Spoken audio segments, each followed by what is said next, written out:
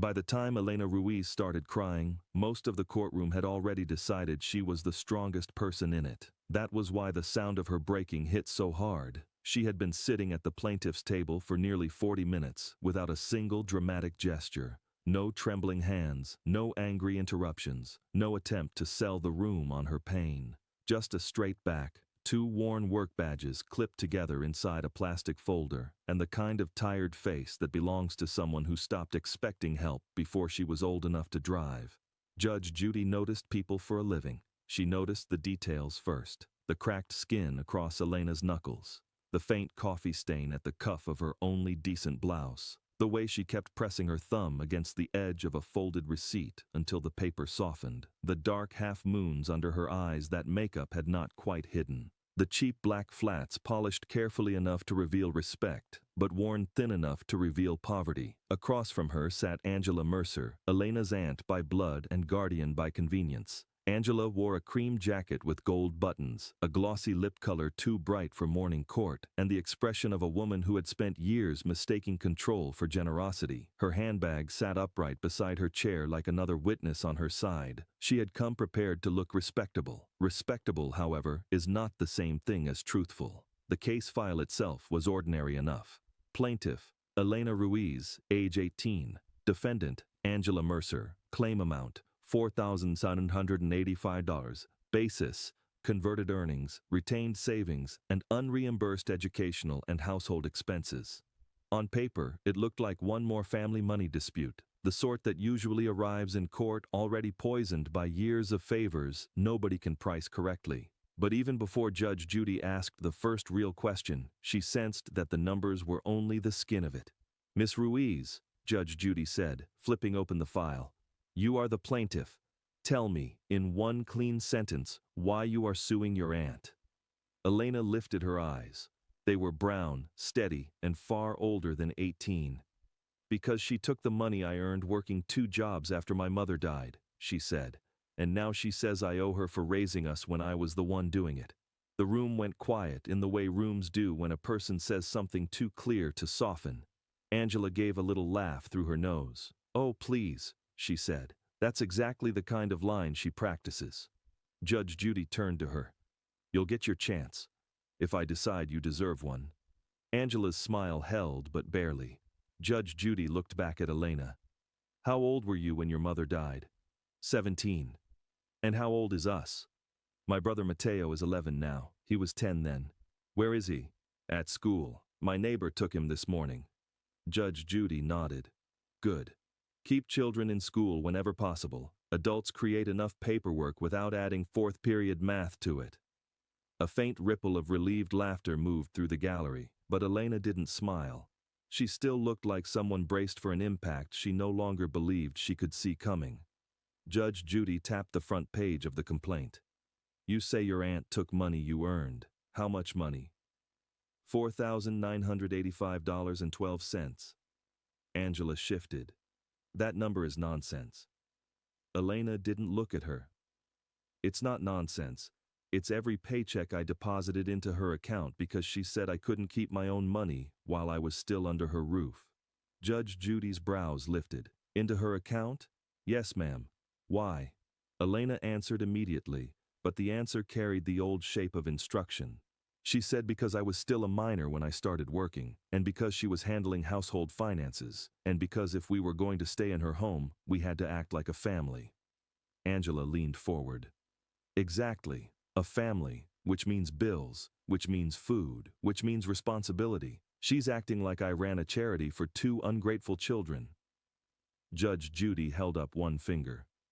"The fastest way to make yourself look guilty in my courtroom is to get impatient with chronology. Sit back." Angela sat back. Judge Judy turned again to Elena. "When did you start working?" 2 weeks after the funeral." That answer changed the air slightly. Judge Judy glanced down at the dates in the file, then back up. 2 weeks. "Yes." "What jobs?" "Breakfast shift at Morning Bell Donuts, 4:30 to 7:30 on weekdays, longer on weekends, and 3 evenings a week at Harrow's Pharmacy after school, then 5 evenings a week during summer." Judge Judy looked over her glasses. "You were in high school?" "Yes." "And you were working before school and after school?" Yes. For what purpose? There was a brief pause, not because Elena didn't know the answer, but because she had probably been forced to explain herself too many times to people who insisted on hearing selfishness in every act of survival. For rent, groceries, school clothes for my brother, and because my mother's life insurance was still tied up for months and we needed cash. Angela made a scoffing sound. That is not what the money was for. It was for the household because I was the one housing them. Judge Judy's gaze stayed on Elena.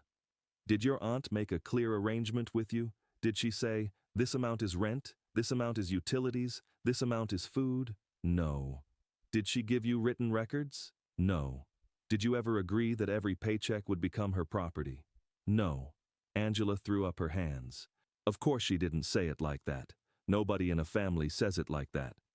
Judge Judy looked at her with professional disinterest. Families also don't usually invoice children 2 weeks after a funeral, but here we are. That landed. Angela's jaw tightened. She's making me sound horrible. No, Judge Judy said. I'm listening to your own arrangement. Elena sat very still while the first packet of evidence moved from her folder to the bailiff to the bench. Pay stubs from both jobs, direct deposit confirmations, screenshots of transfers into Angela's account, a small spiral notebook with dates and amounts written in neat, compressed handwriting. The notebook looked like it had been carried in an apron pocket. Several pages were wrinkled from use. Judge Judy flipped through it. What's this? My ledger, Elena said. Every time I got paid. Every time Aunt Angela said she was holding it for us. Every time I paid for Mateo's school things or bought groceries directly because there wasn't food in the house. Angela gave a theatrical exhale. She wrote all that after the fact. Elena finally turned to look at her. There was nothing hot or wild in the glance, only fatigue. No, she said. I wrote it in the stockroom at the pharmacy after each deposit because I was scared you'd say it never happened. That, more than anything, seemed to bother Angela. People who depend on revision hate records. Judge Judy read for another few moments. Miss Ruiz, this notebook is irritatingly organized. A tiny crease near Elena's mouth suggested that on another day, in another life, she might have smiled. I know. And this says you bought your brother's inhaler refill twice. Yes. Why twice? The first one got left at school. The second was for home. Angela cut in again. And I'm sure now she'll tell you I refused to buy medicine too. Elena's eyes dropped back to the table. You said it should come out of what I was saving because he was my problem too. For the first time, Judge Judy's expression visibly hardened. Is that true? She asked Angela. Angela crossed her arms. I said if she wanted extras for him, she could contribute. I had my own daughter at home. I wasn't made of money. Judge Judy looked at the file. Your own daughter is 24 and living in Phoenix. Angela blinked. Well, at the time. Don't improve your story while I'm holding the dates. The courtroom remained quiet, but it was a different quiet now. Not curiosity, assessment. Judge Judy returned to Elena. What exactly are you asking me to award you? The money she kept, and the money I spent on household things she promised she would pay me back for when the insurance cleared. Do you have proof of that promise? Elena nodded and lifted a second packet. Printed text messages, some short, some stretching across whole pages. Angela's side of the exchange leaned heavily on family language. Do this for us. We all have to pull together. Don't make me regret taking you in. And then, gradually, once Elena turned 18, the language shifted. Rent, contribution, debt, owe. Judge Judy read one line silently, then aloud. You can stop acting like a martyr. If you and Mateo eat here, you pay here. She turned another page, and another. Then she read this one aloud too. You're lucky I don't charge you for all the months before your birthday. The room made a small, involuntary sound. Angela leaned forward quickly. Out of context. Judge Judy did not look up. Context is the last hiding place of a bad text. Elena clasped her hands in her lap. The movement was small, but Judge Judy noticed the whitening of the knuckles. How much money did you make in total from both jobs between your mother's death and your 18th birthday? Judge Judy asked. Elena answered after a moment's calculation. About $7,300, maybe a little over. And how much of that did you keep? Maybe 400 in cash, mostly for bus fare and school lunches and emergencies. Where is the rest? Angela answered first. It went to the household. Judge Judy turned toward her slowly. Excellent. Then you have receipts. Angela stopped. Well, she said, not every grocery trip leaves a paper trail after a year. Judge Judy raised one brow. A woman who keeps a handbag organizer but no receipts for nearly $8,000 taken from a high school student. Fascinating. Angela shifted in her chair and touched the gold button at her cuff. It was the first reflexive gesture of discomfort she had made all morning. The hearing moved on, but the real shape of the story did not emerge all at once. It came in layers, the way truth often does when it has spent too long being negotiated inside a family. Elena's mother, Rosa Ruiz, had died after a 16-month fight with ovarian cancer. Elena had been 17, still in high school, still figuring out college applications, still old enough to understand insurance paperwork, but too young to have any power over it. Mateo had been 10 and had stopped sleeping through the night after the third hospital stay. When Rosa died, Angela offered the spare bedroom and the finished basement. She told everyone at the funeral that family would take care of family. She said the right things in the right tone at the right time, and most people believed her because grief is always looking for someone dependable. At first, Elena said, Angela did seem dependable. She bought cereal. She arranged space in the hall closet. She told the school counselor they were stable. She even hugged Mateo on the first day back to school. Then 2 weeks later, she asked Elena when she planned to start helping. Judge Judy looked up from the file. Asked how? Elena thought for a moment. She said, Your mother's gone, sweetheart. Nobody gets to just be sad forever. Adults pay bills. Angela made a face. And? That's true. Judge Judy ignored her. So then, I found the donut job first because they needed someone early and I could still get to school by first period. The pharmacy came later because one of the techs quit. What time were you waking up? 3:45. And school started at? 8:10. Then what? School until 3, bus to the pharmacy, work until 9:30, sometimes 10, home, homework, shower if the hot water was still on, then sleep. Judge Judy set down her pen. How many nights a week? Usually 3 during the school year, more during holidays. And weekends? Donuts both mornings, pharmacy Saturdays, laundry and groceries on Sunday, Mateo's homework Sunday night. There was no self-praise in the recitation. That made it sound even more punishing. Angela leaned back and rolled her eyes. Now it sounds like she was raising 5 kids in a war zone. She had responsibilities. Lots of teenagers' work. Elena answered before Judge Judy could. Lots of teenagers don't have to check the electric bill before buying shampoo. That line stayed in the air. Judge Judy looked at Angela. Did you ever tell her she could save her own earnings separately? No, because that would have been ridiculous while she was living under my roof for free. Elena said very quietly, We didn't live there for free. Judge Judy heard the weight in that and turned back immediately. Explain. Elena opened the notebook again, this time to a page with 4 columns. Date, amount earned, amount deposited, household item covered. The handwriting tightened near the bottom of the page as if written while tired or angry or both. After about 3 months, she said, Aunt Angela started saying the money in her account wasn't enough to cover everything because prices had gone up. So if the fridge was empty, I bought groceries after my shift. If Mateo needed school shoes, I bought them. If the gas got shut off, notice came, I used my tips. I didn't keep all the receipts at first because I thought she was telling the truth that things would even out later. Judge Judy nodded once. And later? She started saying I was keeping score in a home that saved my life. Angela's mouth tightened. Because you were. No, Elena said. I was trying not to drown in your version of gratitude. The line was sharper than anything Elena had said all morning. It startled even her. She blinked twice as if surprised that anger had made it past discipline. Judge Judy did not miss the moment. Good. Stay there, she said. What happened when you turned 18? Elena's shoulders stiffened slightly. I asked for the money. Which money? The money she said she was holding for me and Mateo. The money she said would help me get an apartment when I graduated. The money she said she wanted me to have as a start. Judge Judy looked down at a printed text in the packet and read aloud. Keep working. When you graduate, we'll get you and Mateo into a little place and call it your mother's miracle. She lifted her eyes to Angela. You wrote this? Angela hesitated. Yes, but that was encouragement. Encouragement to do what? To keep going. With what understanding? Angela shifted again.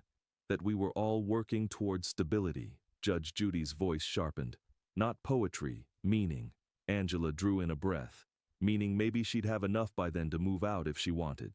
Judge Judy tapped the printout. Then where is it? Angela crossed her legs. Gone. Elena's eyes closed for half a second. Gone where? Judge Judy asked. Into the household, into repairs, into expenses, into being the only adult in the room, frankly. Judge Judy sat back. Do you have receipts? No. Do you have records? No. Do you have the legal right to confiscate earnings from a working minor relative and then redefine them as rent after she becomes an adult? Angela's chin lifted. She was not some random relative. She was my niece. I took them in. I fed them. I kept them out of foster care. For the first time all day, Elena reacted before she could smooth herself. I kept us out of foster care, she said. Her voice was not loud, but it shook. Judge Judy's gaze moved to her at once. What do you mean? Elena tried to answer cleanly and failed. I mean, she inhaled once. I mean, I did the meetings. I signed the school forms she forgot. I was the emergency pickup. I handled Mateo's panic attacks. I made his lunch. I stayed up when he couldn't breathe right. I studied for chemistry in the break room at the pharmacy because if I didn't keep my grades up, teachers started asking questions, and if teachers asked questions, Aunt Angela would say I was trying to make trouble. The words had begun to come faster now, pushed by a pressure built over too much silence. I wasn't asking her for charity. I was trying to save enough to take my brother somewhere stable. That was the whole point. That was always the whole point. Angela laughed harshly. Stable? You were 18 with no credit and delusions. You thought you could play mommy because your brother clung to you. The sentence hit Elena like a physical blow. She stared at her aunt. Then she looked down.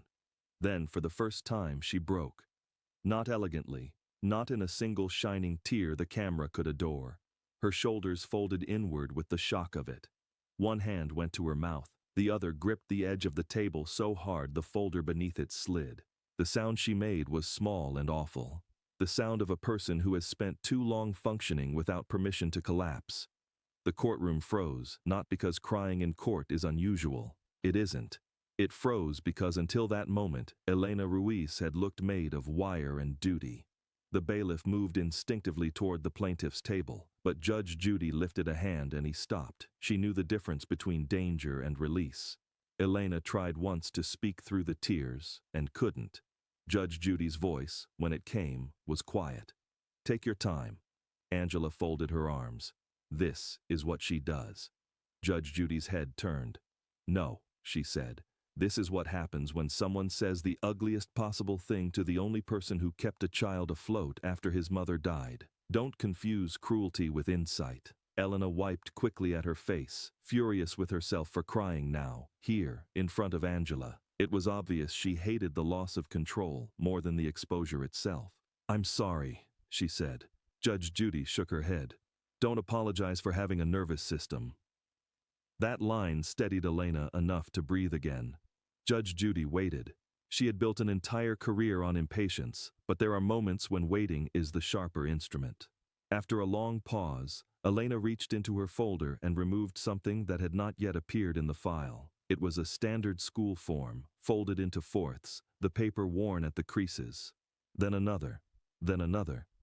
Soon there was a small stack of administrative paper in front of the bailiff. Judge Judy frowned. What are these? Emergency contact forms, Elena said, voice raw. Field trip authorizations, nurse pickup notes, attendance conference summaries. The school kept giving them to Aunt Angela, but if she didn't sign them, they called me. Judge Judy began to read. Parent or guardian signature. The first form had Angela's name printed in the box, and Elena's signature above it. The second had Elena's signature alone. The third listed primary contact, Angela Mercer. Secondary contact, Elena Ruiz. A handwritten note below from a school administrator, if aunt unavailable, Elena authorized by household. Judge Judy looked up. How old were you when you were signing these? 17. Why were you signing a guardian line at 17? Because if nobody signed, Mateo couldn't go on the trip or get dismissed or start the inhaler plan or whatever it was. Aunt Angela said she was busy. Angela sat up straighter. I work. I'm not ashamed of that. Elena looked at her with tears still on her face. So did I. That shut the room tighter than any raised voice could have. Judge Judy read another form, then another. One note from a school counselor, one medication update, one attendance summary showing Elena had attended the student support meeting in Angela's place because, as the note put it, family contact unavailable. Judge Judy removed her glasses and pinched the bridge of her nose. She looked at the forms again, then at Elena, then toward the side door beside the bench. The room sensed the shift before anyone named it. Judge Judy stood. That alone almost never happened without explanation. I'm taking a brief recess, she said. No one moved. Angela blinked. Over paperwork? Judge Judy looked at her in a way that stripped the question of all innocence. Over an 18-year-old who came here asking for money, she said, and just proved she's been functioning as a parent since she was 17, while the legal adult in the house is worried about reimbursement only after the labor is done. Then, before anyone could answer, Judge Judy took the forms in one hand, turned, and stepped through the side door. The door closed behind her, and for the first time anyone could remember, the courtroom saw that there had been tears in her eyes when she left. Nobody spoke above a whisper after that.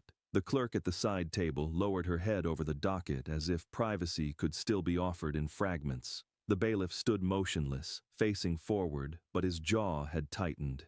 Even Angela seemed unsure of how to inhabit her own seat now that the room had turned on her without noise. Elena sat with both hands in her lap, tears still drying on her face, staring at nothing. People assume public breakdowns are dramatic events. Often they are simply the moment someone's body stops negotiating with shame. She had made it through a funeral, through 2 jobs, through senior year, through the first birthday without her mother, through bank deposits she did not control, grocery trips she silently funded, and school meetings that should have belonged to someone else. She had made it through bus schedules, pharmacy shifts, late-night algebra, and her little brother waking at 2 in the morning to make sure she was still there. And now she sat in a courtroom with mascara beginning to smudge under her eyes because her aunt had said out loud the thing she had been fighting for a year not to become, a child mistaken for a mother, then mocked for trying. About 4 minutes later, the side door opened. Judge Judy returned with her face composed, her glasses back on, and the forms stacked neatly in her hand, but nothing about her expression was unchanged. The softness was gone. What replaced it was colder. Everyone stood automatically as she took her seat. Then court resumed. Judge Judy looked at Elena first. Miss Ruiz, she said, are you all right to continue? Elena drew in a breath, wiped once under each eye, and nodded. Yes, ma'am. Good. Because now I have questions for your aunt, and I would like you present for the answers. Judge Judy turned to Angela. Mrs. Mercer, on these school forms, why is a 17-year-old girl signing in your place? Angela shrugged, but not well. Because the school knew her. Mateo was more comfortable with her. It was easier. Easier for whom? For everyone. Was it easier when she attended medication meetings? Angela opened her mouth and closed it. Was it easier when she became emergency pickup? Judge Judy continued. Was it easier when she handled the panic attacks? Was it easier when she paid for inhalers and shoes and lunches while you deposited her paycheck into your account? Or was it simply cheaper? Angela's composure began to fray. That is not fair. Judge Judy leaned forward. Fair? Let's discuss fair. A child loses her mother. An aunt takes her in. The child then works a pre-dawn shift and an evening shift while finishing high school, and the aunt takes the wages for the household. Meanwhile, the same child is attending school meetings for her younger brother because the aunt is too busy. Then, when the child turns 18 and asks for her savings back, the aunt suddenly remembers the concept of rent. Is that your position? Angela's voice sharpened. My position is that I did what I had to do. I opened my home. Judge Judy nodded. And closed your hand around her paycheck. Angela bristled. You are twisting this. She always wanted out. She was always planning to leave with that boy like she could just take a child and play house somewhere. Elena lifted her head. There was no boy. Judge Judy turned. Explain that. Elena wiped again at her face. Aunt Angela told everybody I was saving up to move in with some boyfriend because it made me sound stupid. There was no boyfriend. I was saving for a one-bedroom apartment above Reyes Hardware on Maple because the landlord there said he'd rent to me if I paid 3 months up front and had proof of employment. Judge Judy's eyebrows rose. You had already found a place. Yes. When? In April. And why a one-bedroom? Elena looked confused by the question.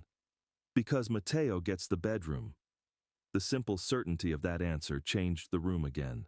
Judge Judy held her gaze for a long second. And you plan to sleep where? In the living room. It had a little alcove. I measured it. Angela gave a sharp, dismissive laugh. See? Fantasy. Elena opened the folder again and, with hands that no longer trembled from weakness so much as controlled anger, produced a folded sheet. A photocopied floor plan from a rental listing. Measurements in pencil along one wall. Judge Judy took it from the bailiff and studied the notes. You could see the whole life Elena had been trying to build in those scribbles. Twin mattress here, desk here, Mateo inhaler shelf. Judge Judy set the page down very carefully. Not fantasy, she said. Planning. Angela threw up both hands. Planning to take a child she could not support. I was already supporting him, Elena said. Judge Judy asked the next question gently. Did you intend to seek legal guardianship? Elena nodded. I had the forms. I was trying to save for the filing fee and for a consultation because I didn't know if Aunt Angela would fight me. Were you right? Elena gave a tiny, humorless laugh. Yes. Angela snapped. Of course I would fight. He belongs with family. Judge Judy did not even look at her when she answered. That's an interesting word choice from someone suing the family labor pool for ingratitude. She returned to the evidence. More texts, more transfers. A screenshot of Elena asking on the week after graduation, "Can I have the money you saved from my checks? I need to pay Reyes by Friday if Mateo and I are going to get the apartment." Angela's response followed 1 minute later. There is no your money. There is the cost of keeping you alive for a year. Judge Judy read the line aloud. Then she read it again. A hush spread across the room so complete that even Angela looked briefly ashamed of her own handwriting, but only briefly. She is taking that the wrong way, Angela said. Judge Judy looked up slowly. In what universe is there a right way? Angela straightened. I was angry. She ambushed me. She had this whole plan behind my back to take Mateo away.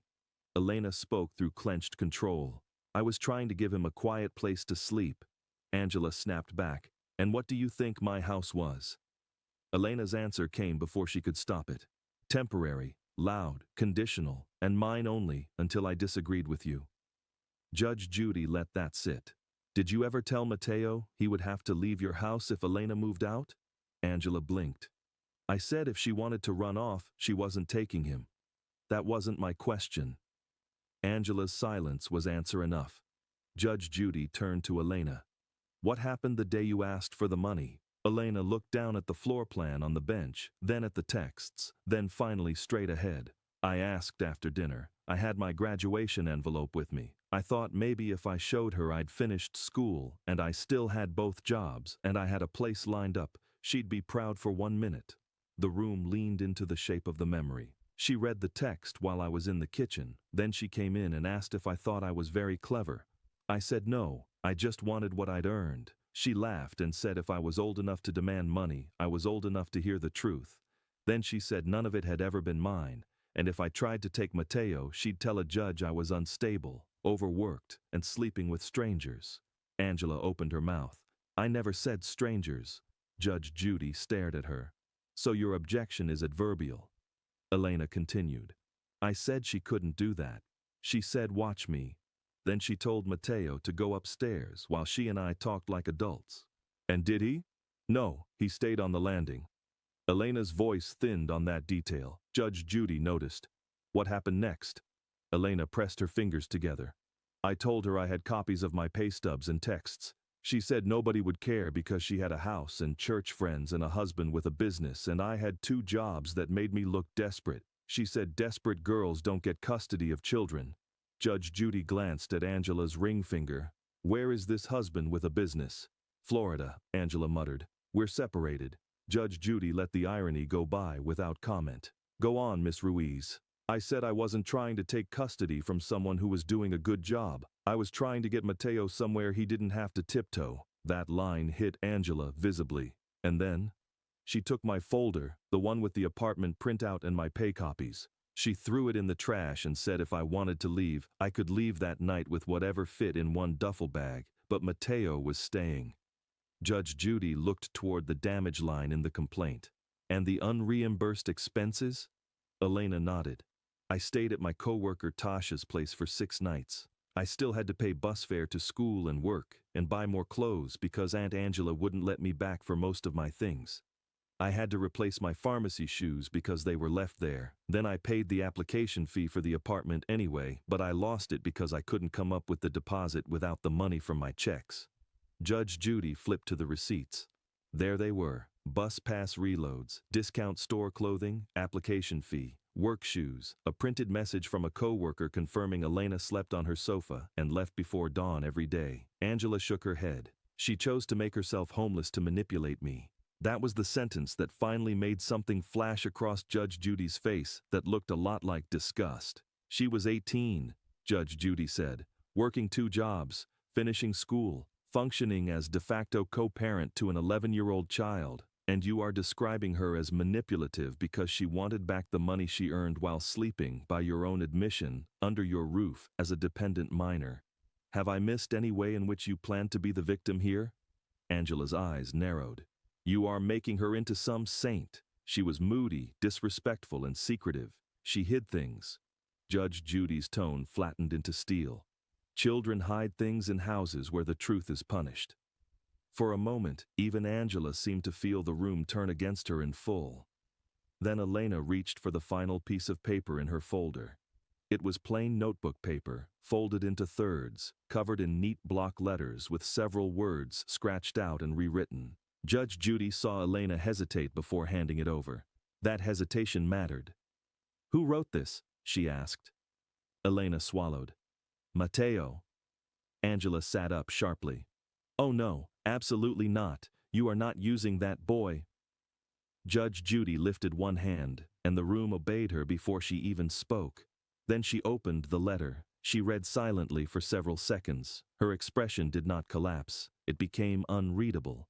She read one section again. Then she looked up at Elena. Did he give you this for court?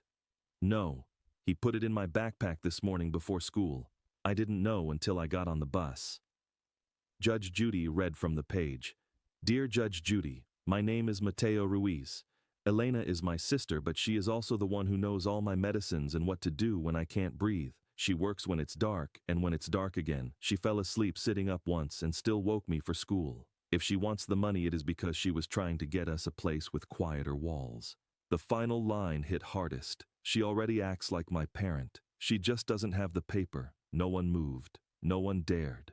Judge Judy set the letter down on the bench the way people set down fragile things that have already broken their heart. Angela's voice arrived first, thinner now. He's a child. He doesn't understand. Judge Judy turned toward her. No, she said. He understands exactly enough. That's the tragedy. The hearing might have ended emotionally there, but Judge Judy was still a judge, and judges do their best work when pain is translated into structure. She moved deliberately through the remaining questions, establishing every claim with the kind of order that prevents later revision. Did Angela receive Elena's direct deposits? Yes. Did Angela ever segregate those funds in an account under Elena's name? No. Did Angela produce receipts showing equivalent household expenditures tied to Elena's earnings? No. Did Angela text promises implying the money was being held for Elena's future use? Yes. Did Elena provide records of specific purchases she made herself for household needs and Mateo's care? Yes. Did Angela block Elena from retrieving property and force her into temporary lodging when Elena requested the money? The texts and witness statements strongly supported that she did. Once the structure stood, the moral shape of the case was unavoidable. Judge Judy folded her hands. "Mrs. Mercer," she said, "let me explain what your problem is in law and in life. In law, you cannot seize a young person's earnings under vague promises of safekeeping and then retroactively redefine them as rent when she asks for them back. In life, you took a grieving girl who had already decided the world was expensive and taught her that care would be itemized later. That is a rotten thing to do." Angela's face flushed bright along the cheekbones. "I did not seize anything. She gave it to me." Elena looked up. "Because I thought if I didn't, you'd say we couldn't stay." Judge Judy answered for her. "Coercion in a family rarely comes with a receipt either, yet somehow I still recognize it." Angela made one last attempt to steady the narrative. "If I was so terrible, then why did she stay all year?" Elena turned toward her. Tears had dried on her face, but the softness was gone now.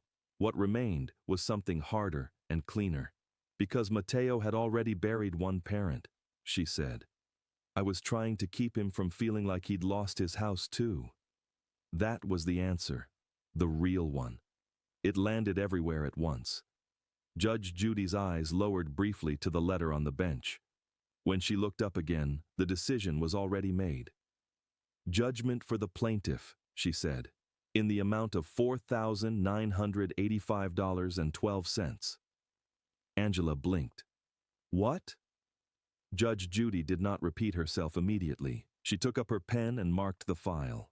The scratch of ink across paper sounded, in that silence, like something being sealed.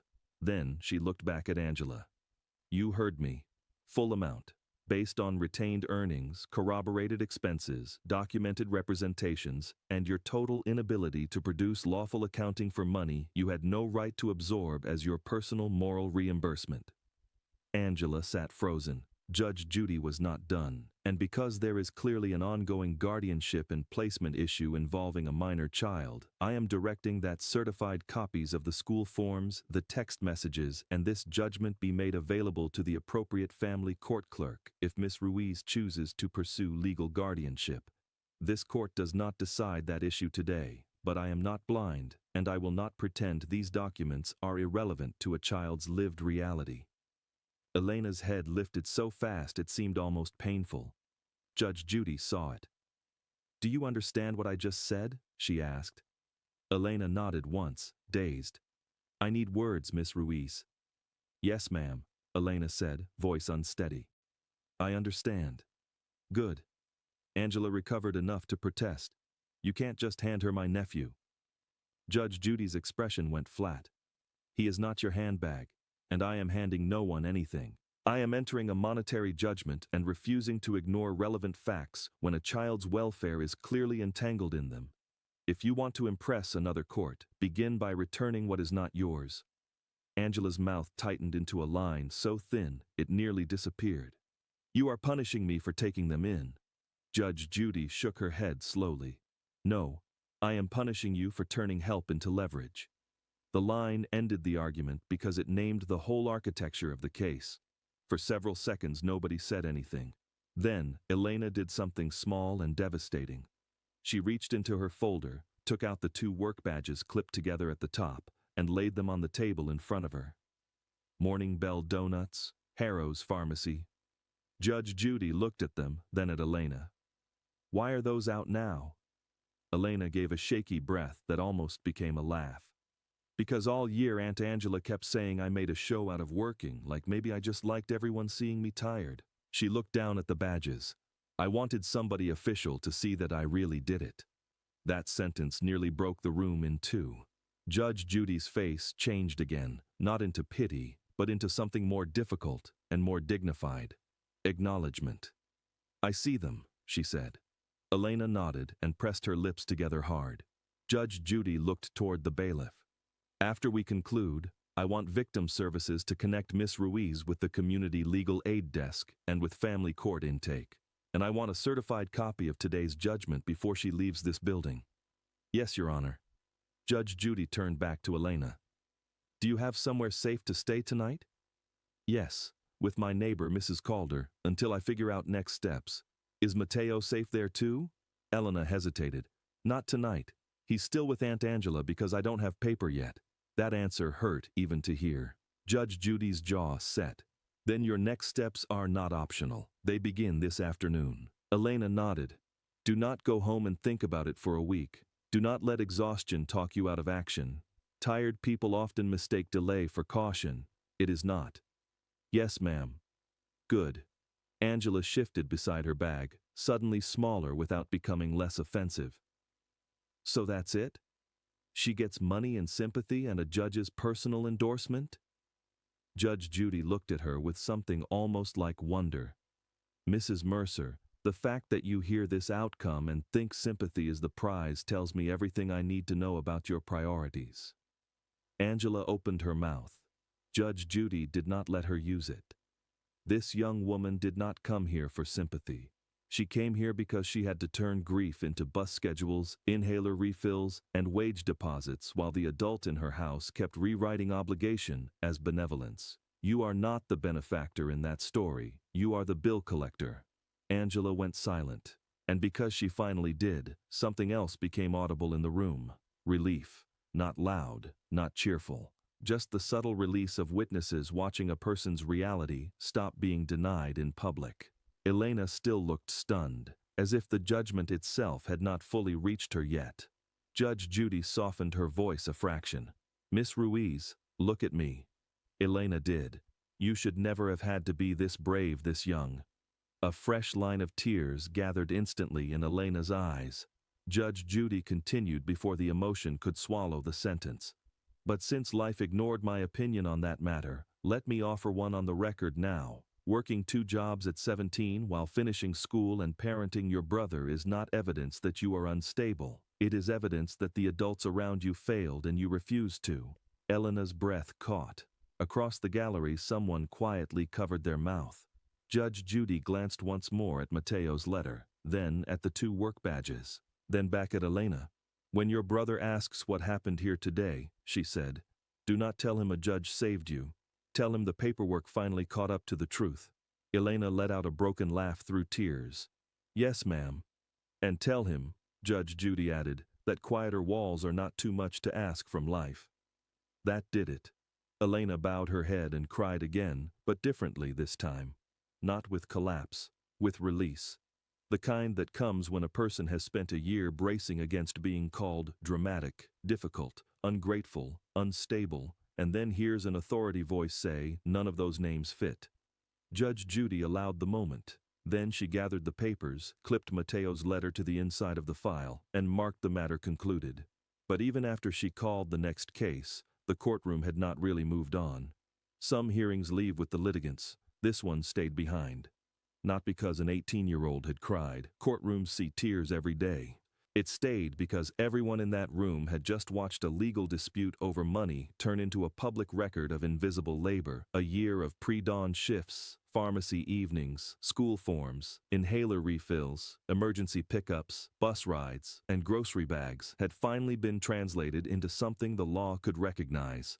Later, in the hall outside the courtroom, Elena sat on a bench beneath a bulletin board covered in legal aid flyers and held the certified judgment in both hands. The paper was still warm from the clerk's printer. Community legal services would meet with her in 20 minutes. Family court intake after that. Her neighbor had already texted that Mateo's backpack was safe and dinner would be ready whenever she got there.